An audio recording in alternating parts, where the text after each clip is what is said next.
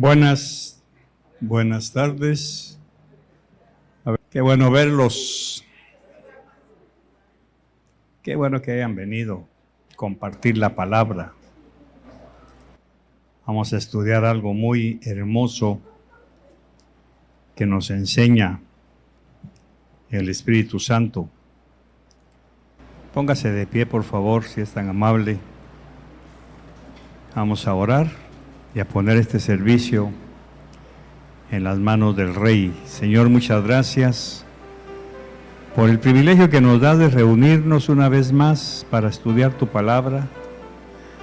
Ayúdanos a abrir nuestro corazón, nuestra mente, nuestro espíritu, para que tu presencia penetre dentro de nosotros y nos hagas los cambios que necesitamos, pero que no sea solo tú, sino también nuestra voluntad, la que busque cómo transformar nuestras vidas, como dice tu palabra.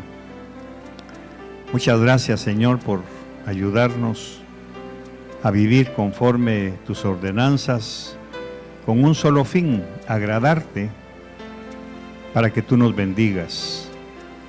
Sabemos que las obras que nosotros podamos hacer no son nada, pero sí tú quieres que nosotros luchemos y mejoremos cada día nuestra conducta para que tu nombre sea glorificado. Muchas gracias por esta noche, gracias por mis hermanos que ya están aquí y gracias por darnos tu presencia. En el nombre de Jesús, amén y amén. Así como estamos, vamos a leer la palabra, segundo libro de Samuel, capítulo 6, y vamos a empezar en el verso 14. Y luego entramos al verso 16, verso 14. David danzaba con toda su fuerza delante del Señor, y estaba vestido con un efod de lino. David y toda la casa de Israel hacían subir el arca del Señor con aclamación y sonido de trompeta. Verso 16. Sucedió que cuando el arca del Señor entraba a la ciudad de David, Mical, hija de Saúl, miró desde la ventana y vio al rey David saltando y danzando delante del Señor, y lo menospreció en su corazón. Luego sigue diciendo, cuando David, verso 18, cuando David terminó de ofrecer el holocausto y las ofrendas de paz, bendijo al pueblo en el nombre del Señor de los ejércitos. Hasta ahí nada más. Tenga la bondad de sentarse.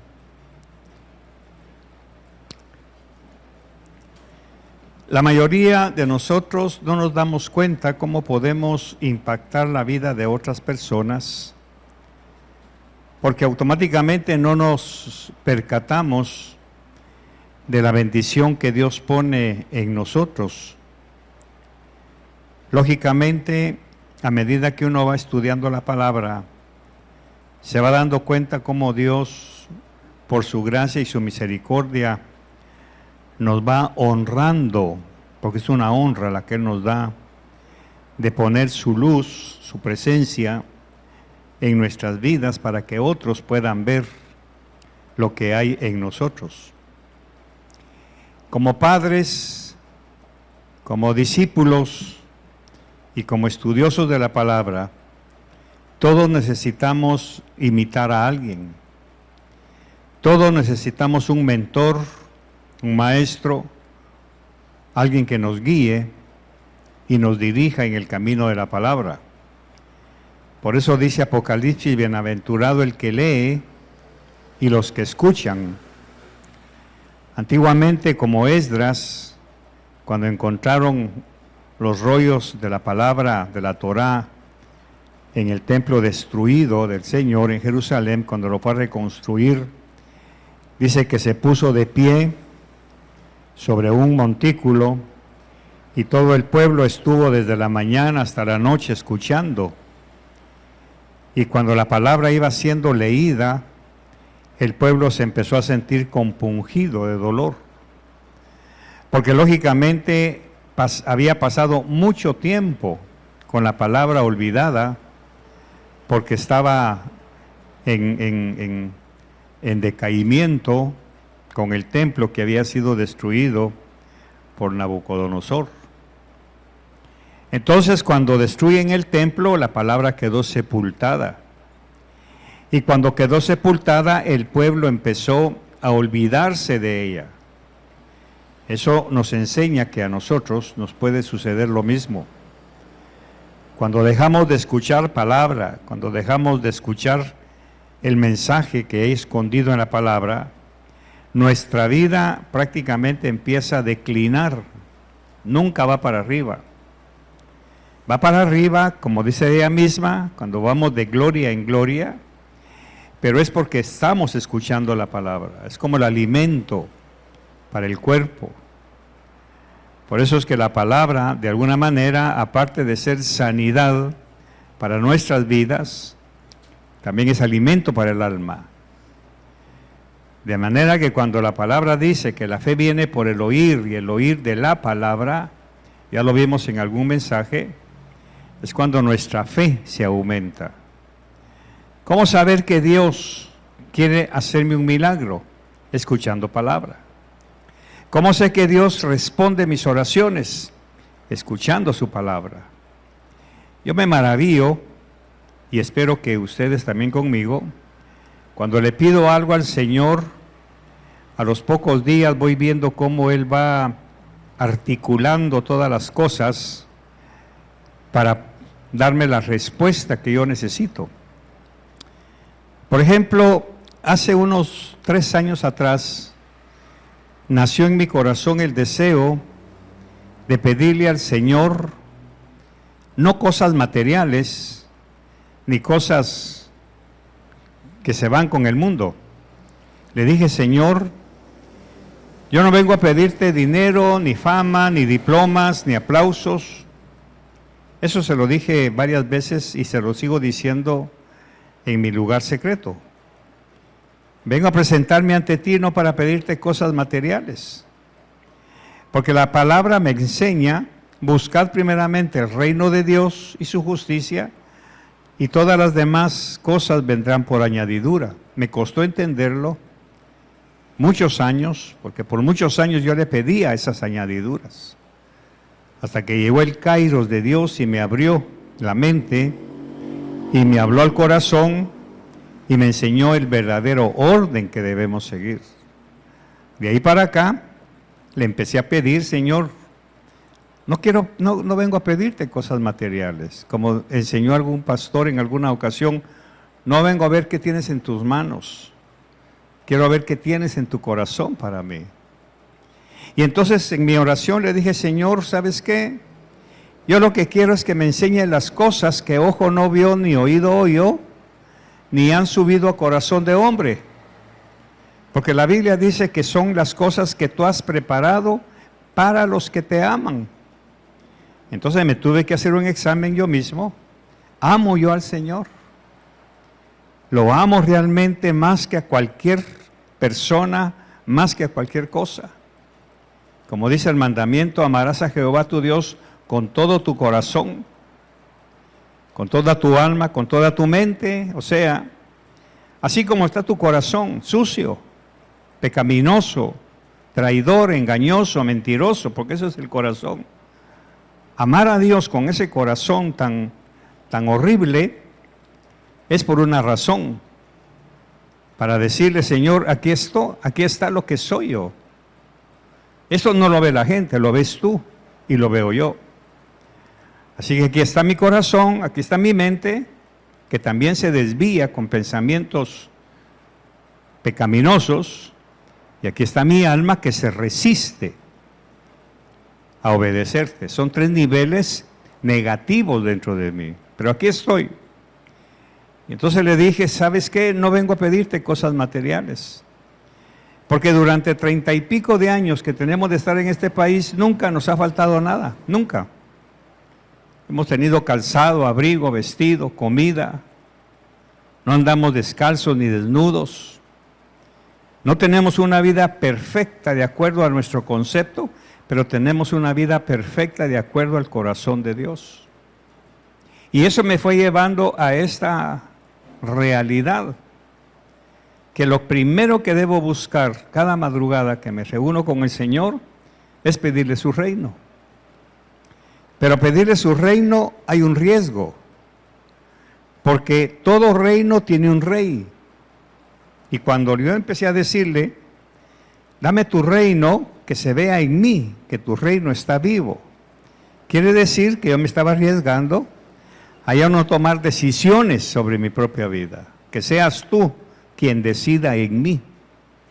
Algo muy difícil para muchos cristianos, porque lógicamente estamos enseñados o acostumbrados a tomar decisiones, incluso la sociedad, el humanismo, el individualismo, nos dicen que tomemos decisiones, decídase, haga sus decisiones. La palabra dice lo contrario, no decidas, deja que yo decida por ti. Pero eso significa tener un abandono total en la voluntad de Dios. Entonces es el resultado de decirle, Señor, decide tú en mí. Dime qué es lo que tengo que hacer y cómo debo hacerlo. De manera que pedirle su reino quiere decir que Él sea el Rey absoluto en mi vida. Ya no soy yo quien manda, ya no soy yo quien decide, sino tú. ¿Sabes por qué? Le decía yo al Señor, porque yo así platico con Él. ¿Sabes por qué? Porque tus decisiones son perfectas, porque tú eres perfecto. Yo no, yo me equivoco. Yo puedo ver las cosas de una manera muy superficial, de acuerdo a cómo las miras tú. ¿Por qué le cuento todo esto? Porque todos necesitamos un paradigma que imitar. Todos necesitamos un modelo que seguir. Especialmente cuando nosotros nos consideramos hijos. Y otro problema que viene con esta expresión es que muchas veces nosotros le decimos hijo a un niño, a un adolescente, pero a medida que yo voy envejeciendo, que voy entrando ya a mi tercera edad, puedo correr el riesgo de ya no considerarme hijo. Y como ya no me considero hijo, entonces quiere decir que me corro el riesgo de independizarme de Dios y tomar mi propio camino. Ahí está el problema. Por eso Juan, en su evangelio, nos trata a todos de hijitos. Al principio me chocaba esa palabra porque decía yo, bueno, ¿por qué me dice hijitos si yo tengo más de 50 años? Porque esto lo vengo practicando desde hace años. Pero llegué a una conclusión, por más viejo o entrado en años, a pesar de lo que yo pueda ir creciendo, que me acerco ya a mis 80 años, para Dios sigo siendo hijo. Y si sigo siendo hijo, tengo que aceptar que todavía necesito ser guiado por Dios. Así que yo puedo llegar a los 100 años y ante la eternidad de Dios yo sigo siendo hijo. No puedo independizarme. No puedo aceptar el pensamiento del mundo de que ya tengo canas, de que ya soy bisabuelo y que ya puedo valerme por mí mismo. Nunca, nunca. Ese es el proceso en el cual he entrado estos últimos años en mi relación con Dios. Y créanme que me ha ido muy bien. No ha sido un camino fácil. Muchas veces he tenido conflictos y problemas para aceptar su voluntad. Pero he entrado en ese río de que Dios realmente lo que quiere para mi vida es lo mejor. De manera que haciendo una introspección del pasado me doy cuenta que Dios ha sido fiel y seguirá siendo fiel. Por eso en su palabra dice, hasta las canas estaré con ustedes y aún en su vejez los voy a sostener. Esa ancla de esa palabra para mí es importantísima, porque desde el momento en que se hizo rema en mi corazón, he llegado a una dimensión de creer en Dios de una manera sobrenatural. Ahora la pregunta es, ¿por qué este mensaje se llama ejemplo? Muy sencillo. Porque cuando Jesús dice, ejemplo les he dado, es para que nosotros lo imitemos a Él. Y Jesús, lógicamente, a pesar de que quién es Jesús, se abandonó a la voluntad del Padre. Ese es el ejemplo que yo tomo de Jesús, abandonarme en la voluntad del Padre, para que Él sea quien dirija mis pasos en todo, por todo y para todo. Resultado, descanso, alivio, ya no me preocupo, ya no me afano como antes. Claro, como ser humano tengo que buscar, tengo que luchar para tratar de alcanzar metas, pero el 90 y pico % se lo dejo al Señor, aunque debiera ser el 100%, pero todavía me esfuerzo. Eso pasó con David. David ha estado organizando su propia vida cuando fue levantado como rey de Israel. Y en todos estos capítulos precedentes de Samuel, vemos cómo David ha anhelado algo profundo, tener la presencia de Dios con él. David era un amante de Dios. Era un hombre que para todo lo consultaba al Señor. Y esto contradice muchas veces el pensamiento rebelde de muchos que dicen, ¿y para todo hay que orar? Pues sí, David nos da el ejemplo de que sí, para todo. Vamos a salir a hacer un mandado, Señor, ¿por dónde quieres que agarre? Vamos a ir a hacer un pago, Señor, ¿por dónde quieres que tome? ¿Por dónde quieres que me vaya? Eres tú quien conoce las rutas, los caminos, por dónde debo andar.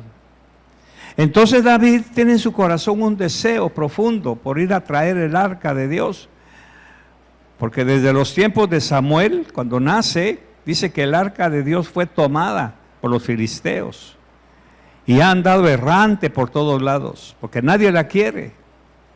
Los filisteos cuando tienen el arca empiezan a morir porque Dios los castiga, porque se atrevieron a tocar el arca sagrada, o sea, su presencia. Y de repente llegan a la conclusión, saquemos esto de aquí, no lo queremos.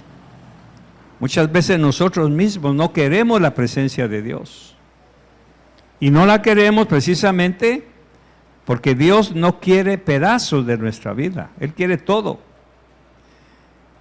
Me asombra como mi pastor Vladi me enseñó en una ocasión, mira Carlitos, tu corazón no está limpio ni va a estar nunca. Sin embargo, Dios te dice que lo ames así, con ese corazón. Porque lo que Él quiere es una obediencia, no quiere una copa de oro. Cuando Él me dijo eso, se me cayeron muchos paradigmas.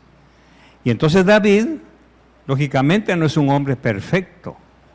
No es un hombre con una santidad ejemplar. Conocemos sus defectos, sus caídas, sus levantadas. Vemos destellos de bondad en David cuando no quiso matar a Saúl, cuando se acordó de Mefiboset, pero por sobre todo cómo amaba a Dios. Y entonces dice que un día preguntó a su gente, ¿dónde está el arca? ¿Dónde está? Y estaba en la casa de Obed-Edom, en donde tenía el privilegio de ser cuidada por ellos. Eran sacerdotes. Y dice, y la casa de Obed-Edom está siendo bendecida. Entonces David dijo, esa bendición es nuestra. Si nosotros no luchamos, no por alcanzar la bendición, sino por reclamarla, nos vamos a quedar en la mediocridad. Pero tenemos que aprender qué es la bendición de Dios. Y estos últimos años he estado aprendiendo que la bendición de Dios no es dinero, no son bienes materiales, eso es añadidura. La bendición de Dios es la palabra. Por eso le dijo a Abraham, te bendeciré para que seas bendición. Pues nunca le dio dinero, él ya lo tenía. Nunca le dio ganado, él ya lo tenía. Por eso me asombra también cuando los patriarcas, Abraham, Isaac y Jacob, antes de morir llamaban a sus hijos para bendecirlos. Pero usted no encuentra que les dejaban terrenos, vacas, ovejas. Esta parte de mi herencia es tuya, no. Ven, te voy a bendecir. Y les daban una profecía. Porque eso, dice la Biblia, porque la bendición de Dios no entristece. y la polía y el orín no la corrompen. ¿Qué quiere decir eso? Que todo dinero, toda bendición material que usted pueda tener, se lo come en el mundo. Lo destruye, la polía. En cambio, y cuando la polía lo destruye, y usted se queda sin nada, se entristece. Le contaba a unos pastores que acabo de leer una noticia de un hombre salvadoreño que trabajó 30 años en Estados Unidos, se privó de todo lo que pudo con tal de ahorrar hasta el último centavo y logró reunir $100,000 y los fue metiendo en una cooperativa poco a poco, para ganar más intereses. Y con este colapso que hubo, se quedó sin ni un centavo. Él había ahorrado $100,000 para comprar ganado, para comprar terrenos, para tener cómo sostenerse. Lógicamente, me puedo dar cuenta que era un hombre que posiblemente no conocía a Dios, confiaba en sus riquezas. Ahora la pregunta, cuando leí esa noticia, se me vino algo. ¿Cómo está ese hombre? Él no está contento, está triste, porque confió en las riquezas materiales. Y entonces dice la palabra, mas la riqueza de Dios no añade tristeza con ella. Porque la mayor riqueza que usted puede tener es la palabra. La bendición del Señor es la que enriquece y Él, dice, Él no añade tristeza con ella. Gracias, hermano. Entonces la mayor riqueza que yo puedo tener es la palabra. Porque con la palabra se puede hacer cualquier cosa, según la voluntad de Dios. Ahora aquí también hay algo importante, que como rico, mi obligación es convertirme en heredero. Pero no heredero, como he enseñado muchas veces, no heredero para que yo me quede con una herencia, sino para heredar a alguien. Y eso es lo que el Señor en estos últimos tiempos está tratando de afianzarme, heredarles a ustedes mi herencia. Porque lógicamente yo ya tengo el privilegio de disfrutar mi herencia, que es la palabra. Esos milagros que estoy viendo, esa salvación que Dios hace. Por eso quiero explicarles que a mí no me preocupa cerrar un día la iglesia por los aguaceros, por el agua. No me preocupa. Porque nosotros no estamos interesados en mantener el templo lleno de ustedes. Es más, la prioridad para nosotros, para mi esposa y para mí, es su seguridad. Es que ustedes estén tranquilos, sanos, por la imprudencia muchas veces de los líderes, de que no importa que esté lloviendo, vamos al culto. Ahí aprendimos algo nosotros. Antes del culto está su seguridad. No es pereza, no es que a saber que se quedaron viendo los pastores, tal vez estaban viendo el campeonato. No, Señor, reprenda al diablo. Es seguridad para que ustedes estén sanos y tranquilos. Sobreponer a una reunión la seguridad de cada uno de ustedes. Ese es el fin. ¿Por qué? Porque la riqueza de Dios es su palabra. Y esa palabra, que es la que me enriquece, la quiero compartir con ustedes, darles su herencia, dejarles un legado, dejarles una herencia. Lógicamente estoy consciente que algunos, como el hijo pródigo, no la van a apreciar, pero eso será asunto de cada quien. Mi obligación como los patriarcas, y no me estoy comparando con ellos, pero ellos son mi modelo, es dejarles una herencia eterna. Ahora la pregunta es, ¿qué le están dejando ustedes a sus hijos? ¿Qué herencia le están dejando ustedes a sus hijos? Porque esta herencia que yo estoy tratando con mi esposa de darles, no es para que ustedes se enriquezcan, solo ustedes, sino darle. Por eso dijo el Señor a Abraham, te bendeciré para que seas, ahí está, para que seas bendición. Si yo no te bendigo, Abraham, tú no puedes ser bendición. Porque las vacas, las ovejas y todos iban a morir. La bendición de Dios jamás. Hasta el día de hoy, los otros hijos de Abraham, los patriarcas, siguen siendo bendición. Entonces David, lógicamente, tiene ese anhelo profundo. Y llega un momento en que le dice al Señor, Señor, permíteme ir a traer tu presencia. que estaba figurada en el arca. Cuando llegan a la casa de este hombre, dice que la pusieron en una carreta con bueyes. Y se sabe lo que pasó. Usa, el hijo de Obed, que era sacerdote y que debía haber sabido que nunca debía poner sus manos en el arca, violó ese principio y Dios lo mató. David regresa triste, consulta cómo tiene que ser el asunto, y para ese entonces los sacerdotes ya se habían desperdigado, porque eso sucede en la iglesia actualmente.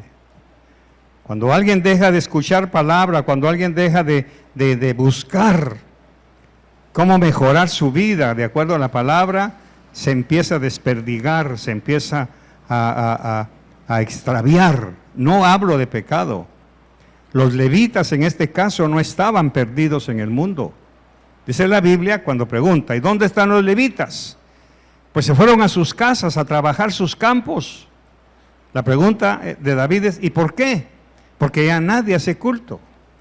Porque ya nadie hace nada, David. Bueno, vayan a traerlos y que se santifiquen.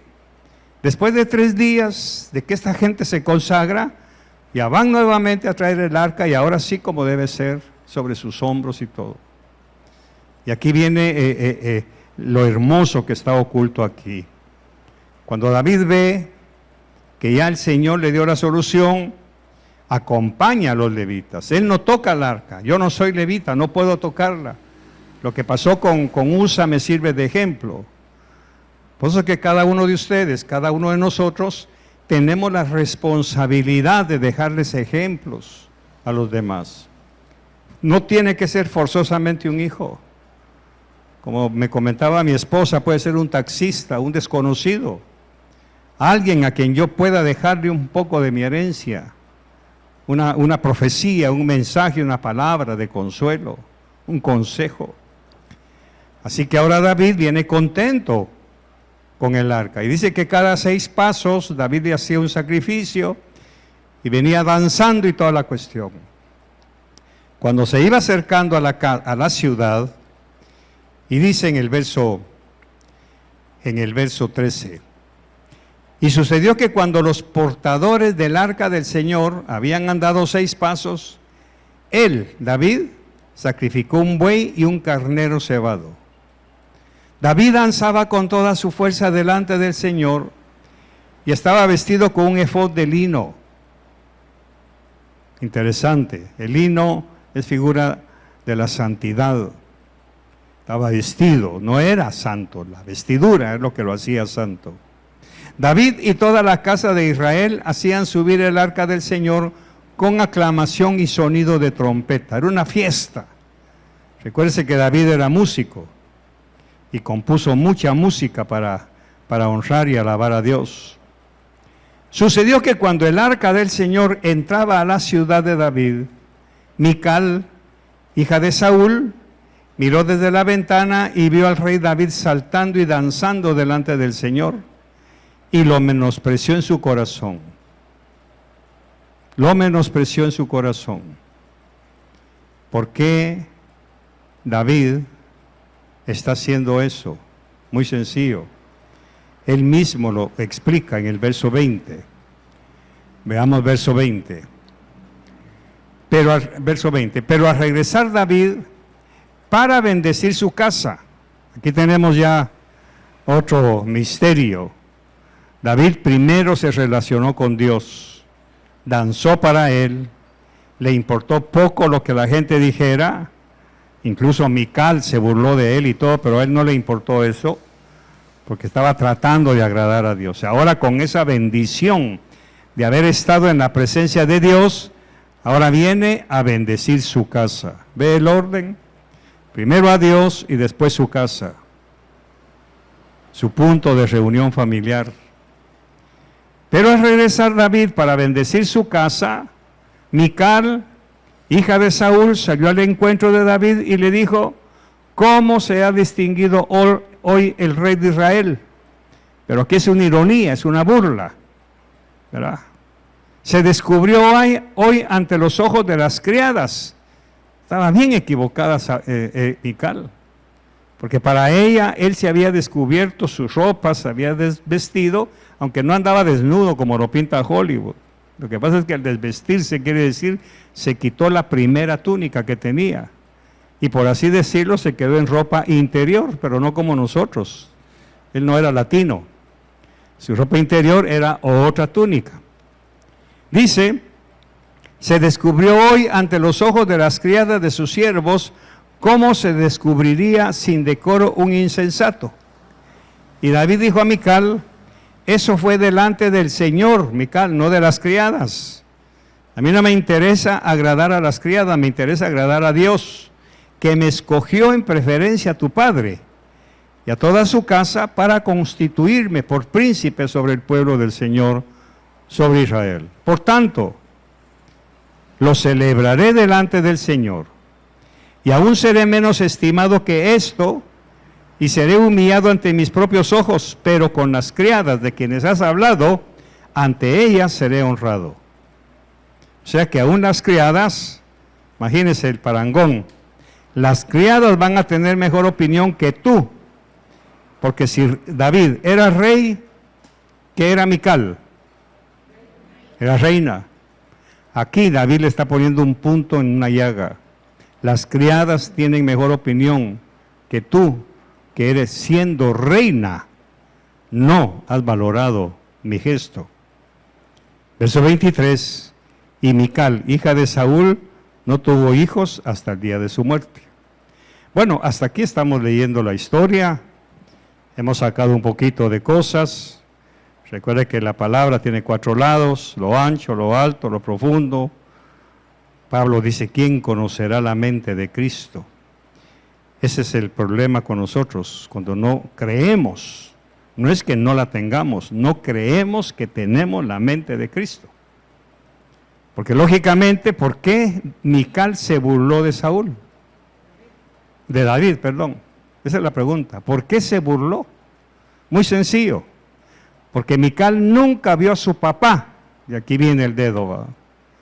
Mical nunca vio a Saúl danzando delante de Dios. Mical nunca vio en su papá Saúl una explosión de gozo, de alegría, por ver la presencia de Dios. Mical nunca vio el ejemplo, y ahora que ve a su esposo le parece ridículo, porque su marco de referencia es que los reyes tienen que ser estoicos, tienen que ser personas que no tengan nada que ver con cosas religiosas. Por eso lo que estudiamos la semana pasada con respecto a Saúl entre los profetas, ¿por qué se asombraron? Porque ellos, el pueblo no quería a un rey como Samuel, que le estuviera hablando de la palabra. Y ahora resulta que David está haciendo algo que ella no está acostumbrada a ver. Entonces la pregunta que rodea toda esta historia, y por eso empecé a hablar de la herencia, empecé a hablar del legado que todos tenemos que dejarle a alguien, es Saúl nunca impactó la vida de sus hijos al manifestar con libertad la adoración a Dios. Ese es el problema que tenemos. Por eso, de alguna manera, yo estoy tratando por todos los medios de modificar de alguna manera, con todo respeto, que los padres le dejen a sus hijos un ejemplo de libertad, no de religión, porque religión ya la tienen. Un ejemplo de una relación con Dios. Por eso es que de alguna manera también he tenido que refrenarme para no irme de boca con querer obligar a los adultos a que le dejen a sus hijos un ejemplo. Porque yo estoy viendo Micales en la juventud que se está criando hoy. Estoy viendo hijos fríos, indiferentes, porque los padres, que son los ejemplos vivos de cómo adorar a Dios, no lo estamos cumpliendo, no lo estamos haciendo. Y eso es lo que tenemos escondido aquí con Mical. Cuando Mical vio a David danzando, lo menospreció. Porque lógicamente para ella los reyes no debieran actuar como está actuando David. ¿Y qué pasó? Ya lo vimos. Quedó estéril para toda su vida. Nunca más dio frutos. Yo creo, mis queridos, que este es un trompetazo de advertencia para nosotros. Si nosotros no damos el ejemplo, si nosotros no mostramos, por eso es triste cómo la iglesia está perdiendo su verdadera identidad. Vamos a ir a Colosenses, a ver si lo encuentro aquí, a Colosenses, capítulo 3,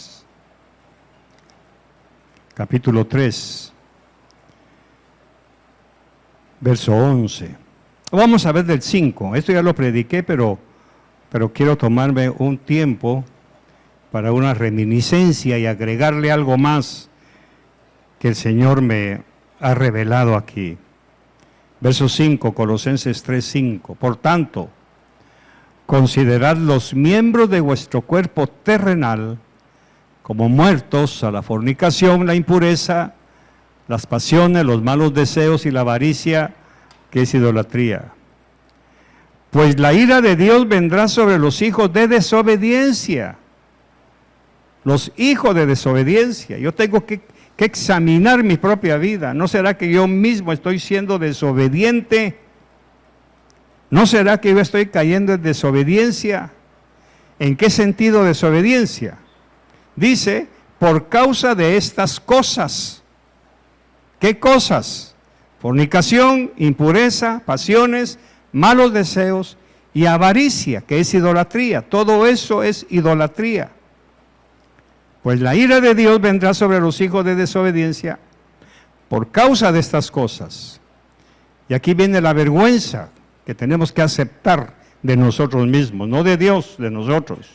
En las cuales vosotros también anduvisteis en otro tiempo cuando vivíais en ellas. Quiere decir que antes de Cristo estábamos viviendo en esas cosas tan horribles. Estábamos viviendo en fornicación, impureza, pasiones, malos deseos, avaricia. Ahí vivíamos, practicando eso. Ahora hay algo muy interesante que el Señor me permitió compartir con los pastores y quiero que ustedes me ayuden también con este pequeño ejercicio. Vamos a leer todos el verso 7, pero palabra por palabra. Recuerde que es interesante. La riqueza se cuenta, ¿verdad? Las palabras también son riquezas. Verso 7.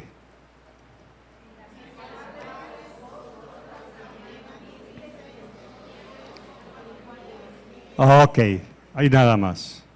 Esto que va a escuchar impactó la vida de otros. En las cuales Pablo está escribiendo. Pablo está escribiendo. En las cuales vosotros también. ¿Qué significa también?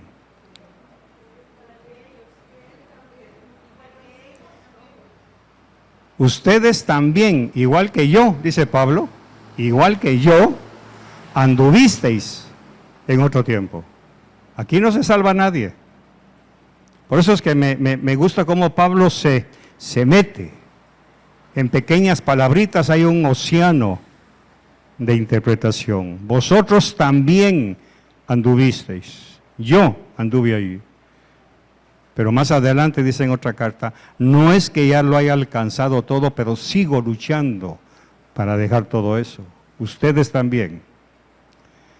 Luego sigue diciendo, vosotros también desechad todas estas cosas, y hay 2 puntos, eso ya lo vimos. Ira, enojo, maledicencia, ya vimos que la ira es la puerta para que entre esta serie de situaciones. Ahora vamos al verso 11. Una renovación en la cual no hay distinción. Y aquí viene el golpe de gracia. Una renovación de aquellas cosas para hacerlas nuevas, en la cual no hay distinción entre griego y judío. circunciso e incircunciso, bárbaro, escita, esclavo o libre. ¿Qué significa esto? Aquí vamos a ir. Quiere decir que esa renovación que tenemos que tener, por eso es que yo anhelo un día que mi congregación se suelte en una alabanza, adoración, manifestación, que traigan a sus hijos de la mano y los enseñen, los instruyan, los hagan vivir una pasión por amar a Dios. Una renovación en la cual no hay distinción entre griego y judío. Pablo empieza hablando de dos nacionalidades antagonistas entre sí. Los griegos se creían la flor innata de la sabiduría. Ellos eran pensadores, discípulos de los filósofos griegos. Era una élite muy pensante, muy inteligente. Eran los sabios que estaban congregados en esa iglesia. Y el judío era un discípulo de Moisés, que no le interesaban las filosofías griegas. Entonces había un choque cultural. Y aquí es donde yo quiero que usted me vaya comprendiendo, si me hace el favor, de que esta iglesia era una mezcolanza de situaciones, que cuando Pablo los visita, se da cuenta la gran separación de ideologías, de nacionalidades y de culturas que habían ahí mismo, en Colosas. Entonces el griego era el intelectual, eran discípulos de Sócrates, de Platón, de los grandes sabios de aquel tiempo, y los judíos eran discípulos de Moisés, a quienes no les interesaba lo que enseñara la filosofía griega. Pero sigue diciendo circunciso e incircunciso, quiere decir toda la gentilidad. Los circuncisos eran los judíos puros y los incircuncisos eran los del mundo, los del vulgo. Están sentados uno al lado del otro. Bárbaro. ¿Quiénes eran los bárbaros? Los bárbaros no eran en este concepto, en este contexto, no es una palabra que dice qué bárbaro, qué elegante, qué sabio, no. Qué bárbaro, qué ignorante. ¿Por qué? Porque bárbaros les llamaban a los persas, y los persas habían tratado de conquistar Grecia para quitar los dioses griegos y ponerlos de ellos. Entonces para los griegos es una barbaridad cómo estos no quieren nuestra cultura. ¿Cómo es que estos bárbaros son tan ignorantes que no quieren la riqueza que nosotros tenemos? Escita, ¿quiénes eran los escitas? Eran otro pueblo bárbaro también ignorante, pero no ignorante en sí, sino que eran agricultores. Entonces imagínense a la hora del culto en Colosas, reunir a los griegos, una clase elitista, a los judíos que se creían muy especiales por ser hijos de Abraham y de Moisés, circuncisos e incircuncisos, bárbaros que eran rudos, guerreros, escitas que eran agricultores, hediondos a sudor, eran gente de asadón, de piocha, de manejar tierra, todos mugrosos, porque así es como, acuérdense que antes no se bañaban todos los días, se bañaban cuando podían. Meta a esta gente a la iglesia. También están los esclavos, porque la esclavitud en este tiempo era un estilo de vida. Cuando alguien no tenía dinero y necesitaba sostener a su familia, se vendía como esclavo. Hay una idea muy literaria por ahí que dicen que el escritor Lucas era libertino, pero no libertino de libertinaje, sino que era un liberto que había sido esclavo antes. Él me lo medio deja ver, pero no me crea. ¿Esclavo o libre? Ahora veamos nuevamente, una renovación en la cual no hay distinción. Quiere decir que aquí nadie de los que estamos nos podemos distinguir para no renovar nuestro espíritu de nuestra mente. Eso está escondido aquí. Nadie puede decir, no, yo no necesito ir a danzar. Yo no necesito gritar, yo no necesito levantar las manos. Yo no necesito. ¿Por qué no? Porque de eso dice, no hay distinción. Y sigue diciendo, sino que Cristo es todo y en todos. Y termina Pablo, entonces, como escogidos de Dios. ¿A quiénes escogió Dios entonces? ¿A quiénes? A los bárbaros, a los esclavos, a los griegos, judíos, circuncisos, escitas, esclavos, libres, todos fuimos escogidos por Dios. Todos. Por lo consiguiente, todos necesitamos renovarnos. Ahora, ¿qué pasó con Mical? Por ser hija de Saúl, no renovó nunca su forma de ver las cosas. No renovó su zona de confort. Para ella, lo que está haciendo David es ridículo. Pero lógicamente, porque Mical trae el paradigma de Saúl. Y ese espíritu se ha metido en la iglesia. Ese espíritu de Mical se ha metido a la iglesia. Algún día les voy a hablar de lo que pasó en 1980, cuando se sacó al Señor de las escuelas, los colegios, de las constituciones, y empezaron una corriente humanista que se metió a la iglesia. Pero no lo voy a hablar hoy. Aquí lo que tenemos es que muchos de nosotros nos consideramos distinguidos por nuestra cultura, por nuestra forma de vida, por nuestra cuna. Por eso es que aún el inteligente, más inteligente que pueda haber en la iglesia, si el Señor mostrara su corazón, nos daríamos cuenta que es exactamente igual al de un agricultor rústico, al de un bárbaro que no le interesa la cultura, la educación, pero que puede amar a Dios con todo su corazón. El ejemplo de Mical nos debe servir y, como repito, debiera ser un trompetazo para que nosotros examinemos. Hay un pastor en el grupo de estudiantes que siempre me dice, pastor, primero tengo que aplicar eso a mi vida. Primero tengo que aplicarlo. No puedo hablar de lo que el Señor nos enseña si yo no lo estoy viviendo. Por eso me interesó mucho enseñar lo que dice Pablo. Ustedes también. Yo antes vivía en eso, ustedes también vivían ahí. No se crean la élite y se hagan creer ustedes mismos que no venimos todos del mismo lugar de pecado, de inmundicia,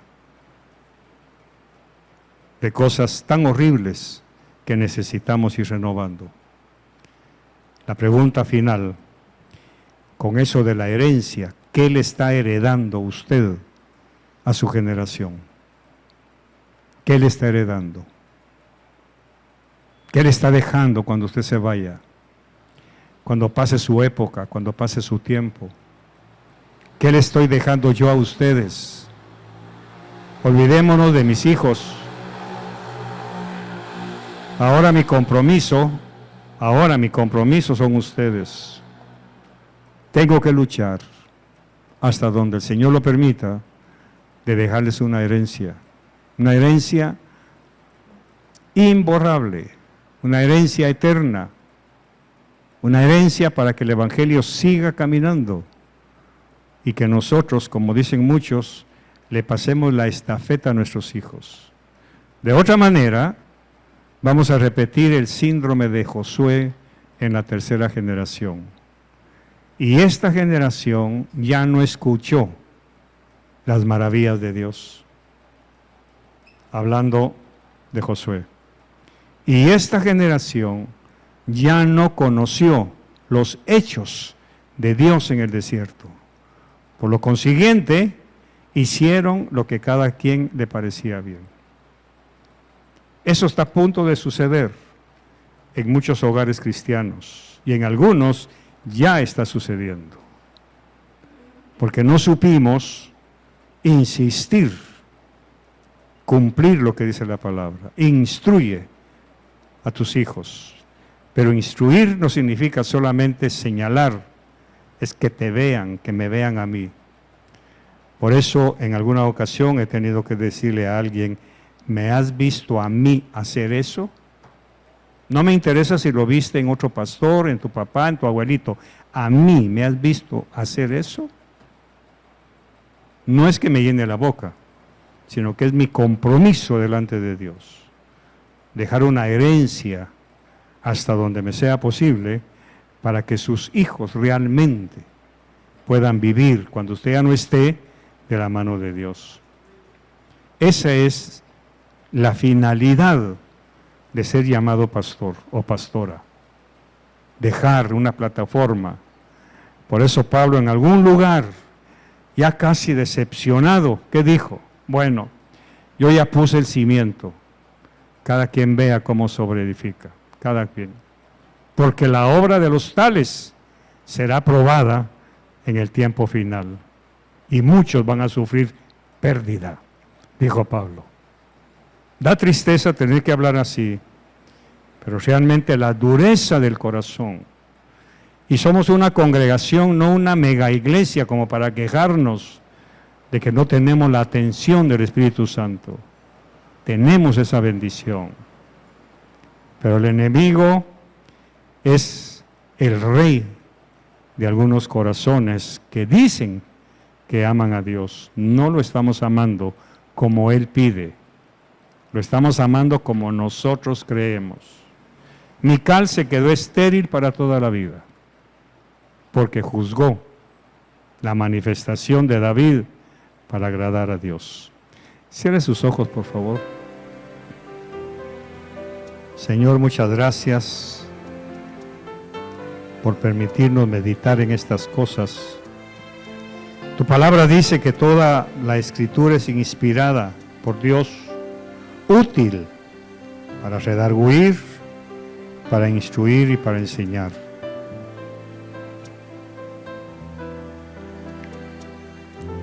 No permitas que tu palabra caiga en saco roto y que al salir de este lugar dentro de unos minutos nos olvidemos y seamos olvidadizos, porque de alguna manera tú ya nos hablaste, ya nos advertiste y una vez más nos has enseñado para que podamos ser nuevos paradigmas, nuevos ejemplos, que nuestra descendencia pueda ver en nosotros una clase de cristianismo totalmente diferente a la que vemos en el mundo.